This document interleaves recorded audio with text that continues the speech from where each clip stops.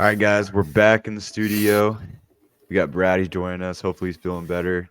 But today, we're going over UFC 296 and the future of those fighters that were in the card. Then we're going to discuss what's next for next year. They announced, the UFC announced the next fights coming up for next year.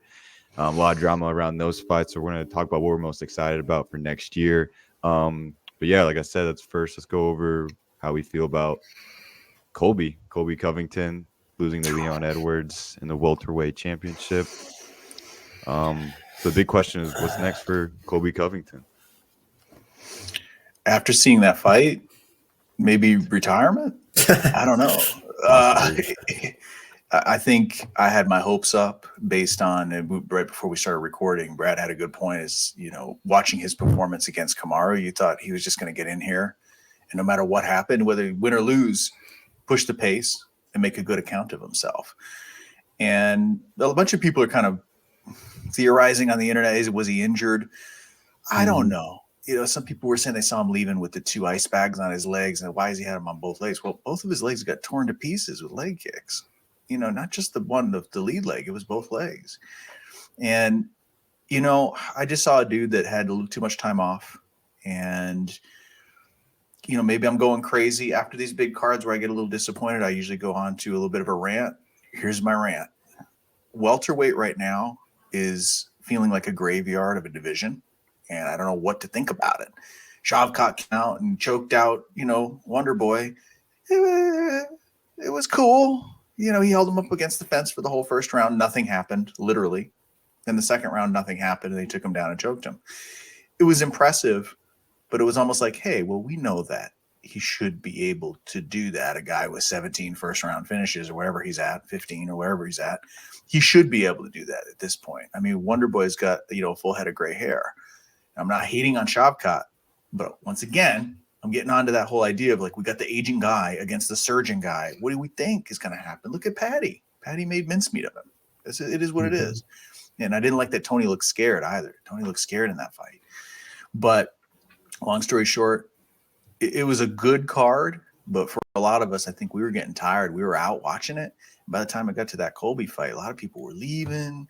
People were disappointed, man. And I got to tell you, I was in a restaurant. People were like booing and they were pissed.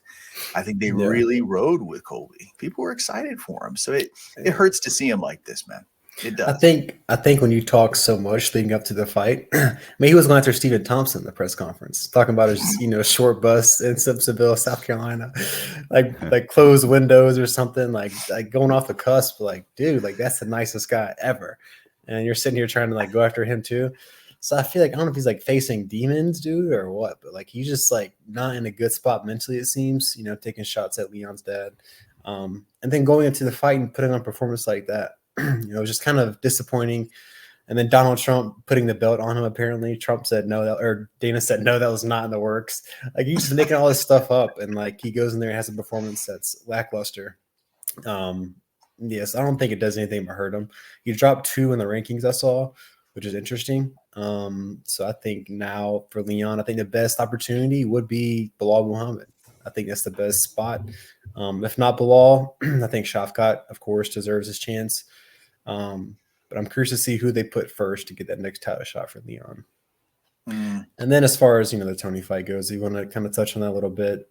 I agree with you completely. He didn't try to get off the bottom. When he was on the bottom, he was just he snuck some elbows in, but he didn't try to get up. And Patty looked tired that third round. I think if Tony got up, he had a decent shot to put him away if he could land some punches. Yeah. But then the whole, David Goggins training camp, when you have Goggins in your corner screaming at you and you still aren't getting up, bro, there's not much hope left for you. I'm sorry. Yeah, but back to Kobe just real quick. I feel like he just had so much to lose. Like he put so much on the table, talking crap about Leon. He talked about Donald Trump being there, putting the belt on him. But the biggest one of them all was that's probably his last chance at, getting the title. So I don't know what's next. He already basically denied a fight with Shavkat. Like I feel like if Kobe looked a lot better, we could be like, okay, he probably want a rematch first. But then we'd probably say, oh, let's see him and Shavkat go at it, or him and Bilal. But he said he wants Stephen Wonderboy Thompson. So I think in his head, he's thinking, man, I need a tune-up fight. Or he's just thinking, I'm done. Like, I just need fun fights. till the end of my career. So I don't know what's next. I mean, I would have to agree. You probably shouldn't take a shot of top 5. But hey, if you're gonna stay up in the top 5 like that and gatekeep, I mean, you got to fight the up and coming guys. So I don't know. Yeah, How I you find guys it feel about interesting. I find interesting. Gilbert Burns is fighting Jack Della Maddalena, and I think it's in March. That's like he's like a 5 fighting like a 11 maybe. So I mean, respect to him for that, But it could be one of those situations. You fight someone around like number 10 or so. Yeah, I see both sides. I feel like if you're up there and you've been up there a while, like Gilbert Burns, I know Dustin Poirier got some heat for that, like not wanting to fight up and coming guys. And Colby's about it. I think Colby's about to be where Dustin's at, where it's like he doesn't really have a title shot for a while, but he also doesn't want to fight up and coming guys. So it's like, what do you do? Like, I get it. Like, you've been around the UFC for a long time. Like, you probably deserve more, but I mean, you got to keep things moving. And they're boring fights. They're not like they're putting on these, Adesanya or some hype beast kind of guy who's exciting. Like Derek Lewis, for example. Derek Lewis lost a few fights, had a few title shots, but just couldn't break through. But he's exciting. Colby's not exciting. He's a boring fighter. Like outside of the trash talk, it makes you wonder, like, what are people excited for? You mentioned something while you were just saying that, Simon. It's funny you mentioned this because he's been MIA lately. Dustin Poirier. He's got heat with Colby. And if you want to make a money fight, have him move up to 170, put the business on him. UFC 300. There it is. Or prelim Sean too. Brady. I don't know. Yeah. I think we all. Bo Nichols in the top should be next. For UFC 300, I think Bo Nickel. Is it Bo Nickel or Joe Pyfer for the first fight of UFC? Bo Nickel, yeah. Bo Nickel, yeah. Both. Joe Pyfer has a fight night like a month before. Those guys look so similar. Yeah. And they came on the scene at the same time, too. They're both poised to take over, in my opinion. Yeah. Piper's an animal. Well, speaking of next year, I say we dig into the fight of the night. DDP and Sean Strickland in the crowd. How do you guys feel about that? Dude, I hope Sean Strickland goes at him, dude. I hope he goes at him. I don't like him. I don't like DDP. I just don't like his energy. I don't know what it is. Maybe the South Africans just like have a different vibe than we do here in the US. I don't know. But I just don't like the way he carries himself. I think he's a little bit arrogant. He hasn't done anything in the UFC. Beat Robert Whittaker, who's done nothing. I mean, he lost to Adesanya like 30 times. It's like there's not much there's not much going for DDP. Yeah, he had like a hot streak, but I think Sean Strickland's gonna wreck him. I really do. Okay. You know what I noticed, Brad? You have an aversion to like people who are like too nice, like they're like faking the nicety. Like even you were on it about Wonder Boy. You were saying it, you're like, I'm sick of this guy.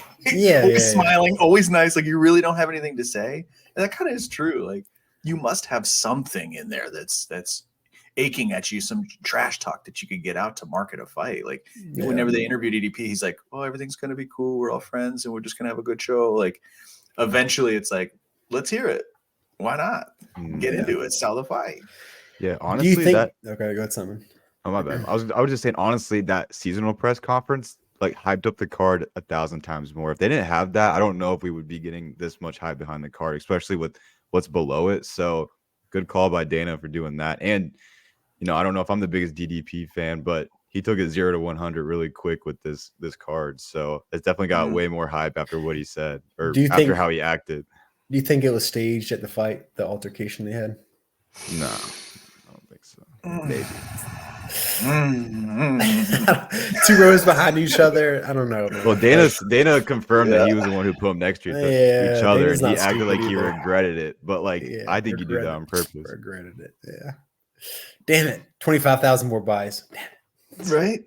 That's what they said. Dana said it was 25% more buys after he said the thing about the dad. Also, don't forget, doesn't Vince McMahon own everything now? Doesn't the WWE have this role? It's like it's starting to feel sometimes some of the show part of this is starting to feel like a little presentational, but just a little less off the cuff. Like Cheeto was lighting up Sean O'Malley at that press conference. Yeah. Ooh, we're lighting him up. It's an interesting.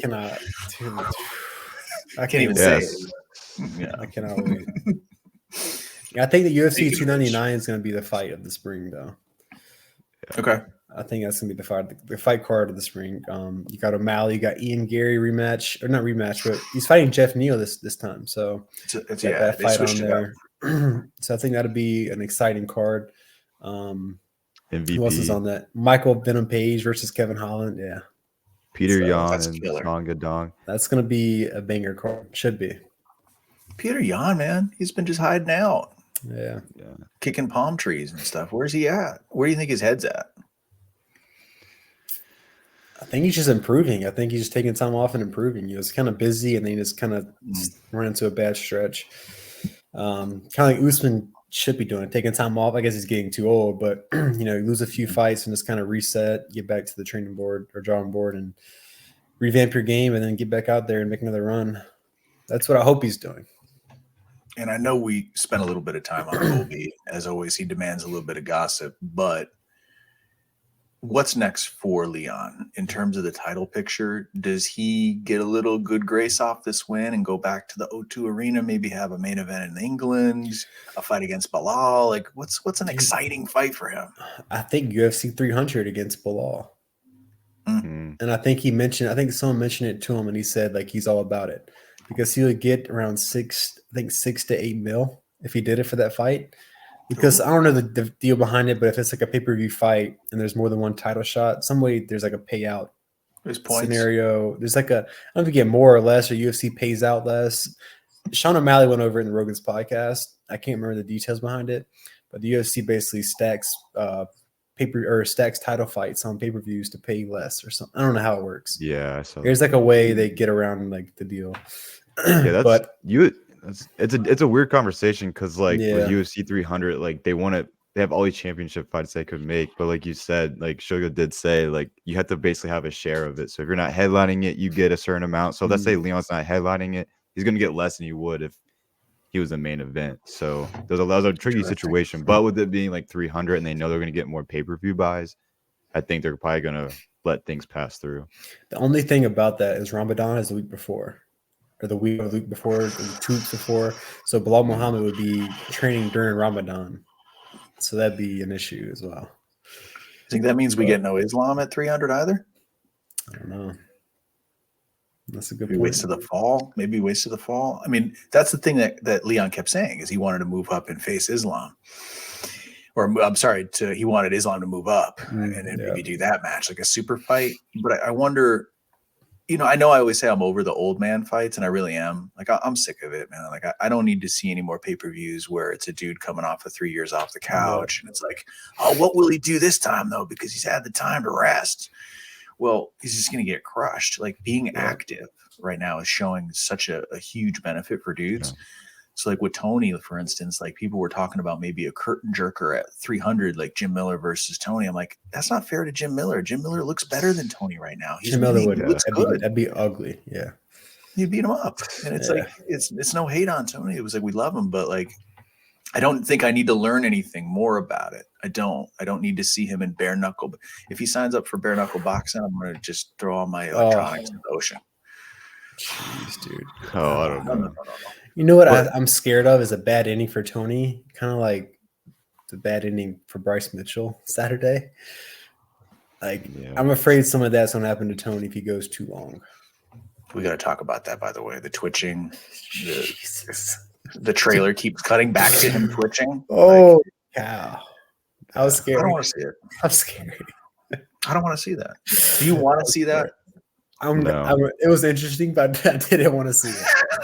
I think like before, I saw it, but before I was a huge fan, I feel like I'd be like, oh, like that's crazy. But like now that I keep watching and like I have like a not personal connection, but like I feel like I know these guys kind of, just by following them for a while. Then you see that happen to him. Like I like Bryce. You see him just falling and twitching like that. You're like, dang, dude, like.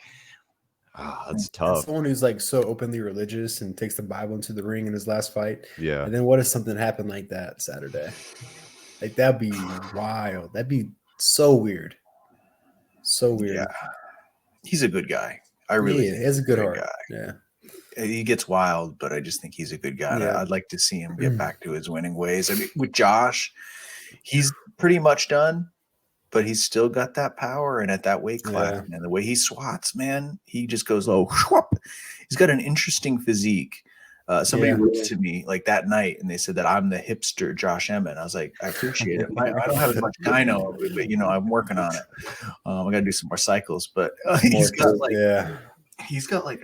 a chest, dude. That's where all that power is coming from, dude. He's got like a rib cage. It's just so for him, I could see he set himself up for something beautiful here. I don't want to see him on Topuria. Well, we already saw that. Like Topuria put it on him. But yeah, I mean, to get back to Leon, I'm super impressed for him. I really liked what I saw. He didn't fight emotional. He had an interesting thing. He said that GSP called him after the press conference with Colby and talked him off the ledge. And he was like, you know, this is what I used to do when I would get too emotional because Nick Diaz got in his head. Multiple people got in his head, Josh Koscheck.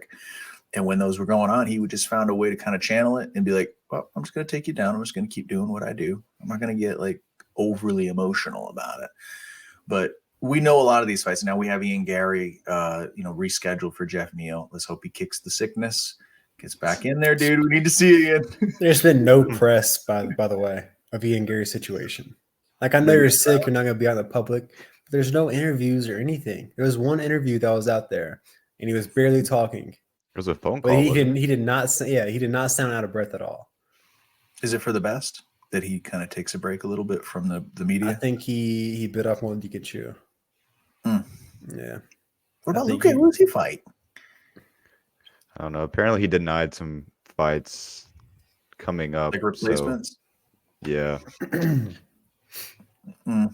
But speaking of UFC, back to UFC 300, I want to ask you guys this question because I'm just wondering because this is probably the biggest card we've seen in a while. It's not until April, but could we see like Conor McGregor and Michael Chandler headlining the event and still have championship fights underneath that? Like, what's your guys' thoughts on that? Or should it be headlined by a championship event? Maybe like a John Jones. I mean, if he killed, I don't know if he can get back by then, but he can't. I think they also have the Ultimate Fighter, way to pump it up. And so it's not like it's just McGregor versus Chandler. It's also the Ultimate Fighter, So they have that. They kind of market it more. But I think with McGregor, there's no way he's not going to be the last fight of the night. That's like he's making that. He's making that last walk. Like he's the icon of the sport. People are going to pay tickets to see McGregor at the end of the day, and so just for him. Yeah, and so if he fights like second to last, people aren't going to be excited for that last fight. And they'll watch it, but they're not going to be like looking forward to it. Yeah, especially if he gets mugged, if he gets beat, people are going to walk out of there. Yeah, and be like, nope. Here's the thing, though. Like, too bad the BMF title is not up for grabs. I mean, it is, but Michael, none of them have it. So like, that would be great. But I can see definitely a Justin Gaethje BMF title. They kind of like fill that gap. Be like, okay, like the main event isn't a title fight, but it's for a belt, right? So you have a BMF belt, and then you have like 2 or 3 title fights underneath it. It's gonna be a long night, but I don't know. Simon, have you been in the war room? Did you see those stickies? And how do you know this? How do you know that?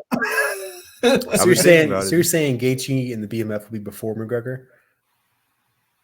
Or I'm saying like Gaethje versus McGregor is like the headline event for the BMF. So Chandler's gone. Chandler's just out of the picture. I want to see Chandler. I don't know. I mean, I want to see Chandler in Conor fight, but like it's kind of weird headlining event with nothing up for grabs on UFC 300, right? So that's what I feel like that's the biggest issue right now. They're like, okay, how can we make Conor headline this when there's no belt up for grabs? Like it's just kind of like goes against what they do. I mean, it's Conor McGregor, right? Like if they want to put Chandler and Gregor headline the event, they can. But like, what are they fighting for? You know what I mean? Other than just. So say I think McGregor and Chandler will be the main event. I think Chandler's call out, just for marketing purposes, his call out, that was the best call I've ever seen in my life. Chandler won that last fight and then called out McGregor. Best call out ever. Who would Gaethje fight for the BMF if it's not McGregor or Chandler? Who would he fight? Max Holloway? Yeah.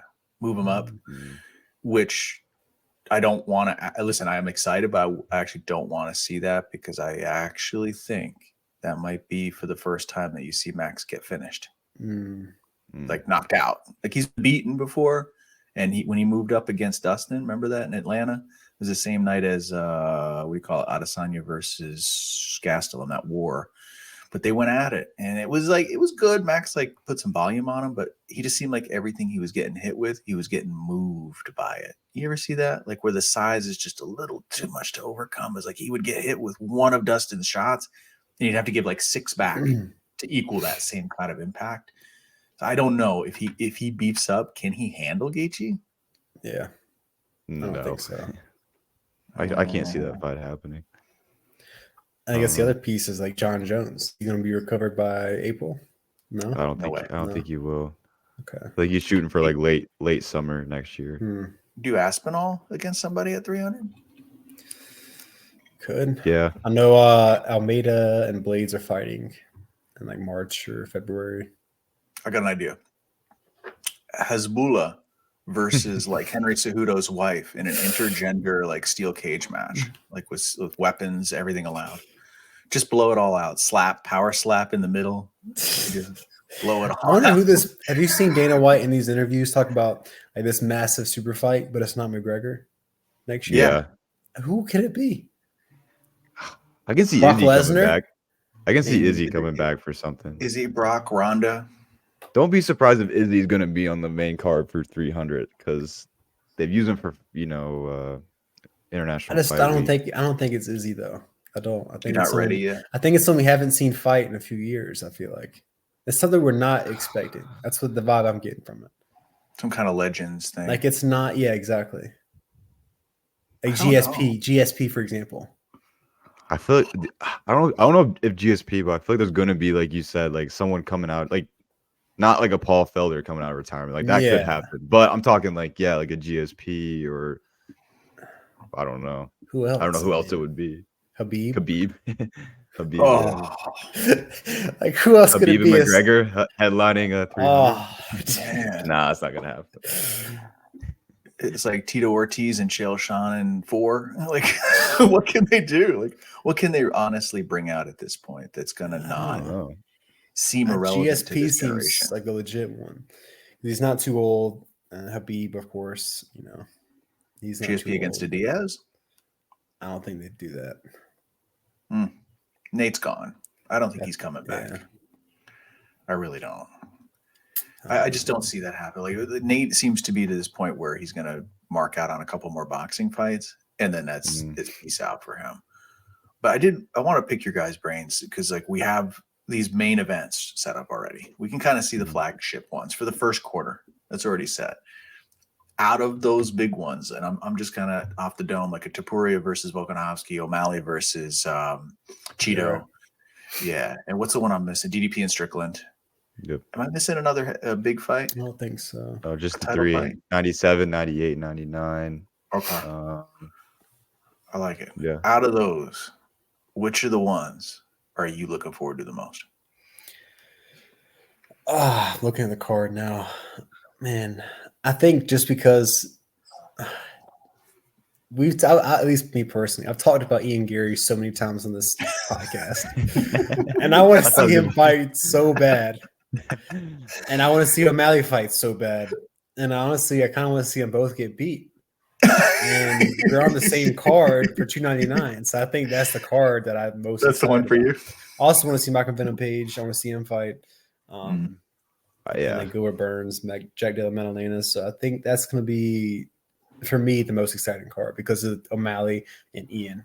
I just want to see those guys just get the finish on the opposite end. Yeah, I have to agree. I think 299, obviously, for me is I'm looking most forward to. I feel like Sean O'Malley and Cheeto, there's something fresh about it. I feel like it's just like a pretty solid fight and a good card underneath. I mean, I know you can't go wrong with that. Especially in Miami, there's a good vibe to it. Yeah. Yeah, and Sugar's, a new champ. Not like, I mean, Sean Strickland's a new champ too, but we haven't seen Sugar as champ defend his title yet, so I want to see that. Yeah. Do you think he tunes up Cheeto? I do. Yeah. I do. I do too. Yeah. I think he learned his lesson. But I think Jeff Neal. Yeah, I think so. Jeff Neal's gonna kick Ian's ass though. Okay. Jeff Neal's dangerous. Jeff Neal put Shavkat through the ringer. He did, but Shavkat also stands in front of you and forces that. And I have a feeling, I don't know, man. I know you. Listen, I don't want to ever ruin fantasy of me and Gary getting beat, but Lydia, we're sorry. Lydia, seriously, I think Jeff might have some moments, but I'm gonna call it here. I think it might be a little bit too stuck in the mud, like a little bit of that thing where he's a little too plodding and he's like walking forward, kind of like D-Rod did. He fell into that trap of all that stuff. When it finally gets in, I don't know. It might be when he fights somebody like Leon, because Leon blends everything, man. Look at the way his wrestling with dude. So when he tossed him off the top of that back control, it was beautiful. I agree with you guys. The 299 card is my favorite card, but main event wise, you can't. I mean, Topuria versus Volkanovski is such a crazy fight, and I don't know how exciting it's going to be because these are really, really, really technical guys, and I don't know how much they're just going to be rock'em sock'em robots. But there's so much intrigue for me because I want to see Volkanovski healed up, see if he comes back to his form. I also want to see if this metric that was it. Luke Thomas keeps talking about this. He's banging this drum, 35. That each weight class, especially under light heavyweight, look at what we just saw with Colby. Once you hit that, dude, I'm 35 right now, and I can tell you, I am washed. Okay. And it happens overnight. You get tired, things change. And then, these guys are elite athletes, but also they take way more punishment than any of us do. Yeah. So I think it's just something about the wheels coming off. But that being said, I'd love to see him come out and make it happen. Topuria already changed his Instagram to, was it 15-0 and undefeated, as if he already won. UFC champion. He put UFC champion. Woo. Dude, he can put his lights out. Like he can put Volkanovski's lights out fast. Oh, he's got the power. Dude, he's like Josh Emmett, just dynamite in his hands. It gets me like I get sweaty palms thinking about that fight because I know it could be no matter ugly. what happens. Yeah, and also no matter who loses is somebody that I like. Like I have no issue with either guy. They're both I agree. Like, you don't want to see it. It could be that moment where Volkanovski starts to fall off. Yeah. Kind of like Leon Edwards, Kamaru Usman. Beginning of the end. The first fight, I think it could be one of those, beginning of the end for Volk. If he gets shut out, bad. Also, and then they schedule him in the Apex against Max again. Go ahead, Simon. Go ahead. No, I was just saying, also, Ilya, I could see him maybe struggling underneath the lights. I don't know why. No. But it's Alex's biggest advantage, though. It's just Ilya seems like the type he's kind of on edge a little bit. We saw him fight with Patty in the hotel, so I feel like he's gonna be really into it. He's gonna, I don't know. That's just my early prediction. I think I'm 50-50, but I have to catch him early. If Volk wins, he'll catch him in the first or second round. Yeah, something like that. Paralyzed by the moment. Yeah, after round 2, he's gonna be in his groove though. So you better catch him fast. I make all my calls based on people's tattoos. Really, I don't really watch fights. I just look at the tattoos. If they have cool tattoos, I root for them. I look at their haircuts and their beards. Okay. All right. Well, I think that does it for the episode. Talking about. But if you guys have any closing thoughts before we head out, anything you guys want to say? No, just excited for a new year. A bunch of great fights scheduled. We're going to fit in some content from here to there just to keep people entertained. Maybe cover some upcoming prospects, maybe some fights in other organizations. Who knows? So there'll be some stuff to keep us busy until the new year. But check us out on all our channels, all of our social channels, and a lot of stuff to look forward to. How about you guys? Yeah, we can have a few spar sessions between now and the next card. I think it's gonna be a big 2024 for the UFC. I'm ready to see UFC 300. I'm ready to see the massive fight that's been talked about. And then for us, I think we have some big plans coming up next year. We're gonna add on, do some different things, and I think it's gonna be exciting all around. Oh yeah, definitely agree. This was just a practice run for you guys. So if you guys are still watching this, make sure you guys stick around because it's only going to get better. Because I know that. I mean, I look at the stats. I know people are watching up until now, so we appreciate you guys watching up. All the videos. But yeah, like they said, UFC's hyped up next year really well. That's good for us. We have a lot to look forward to.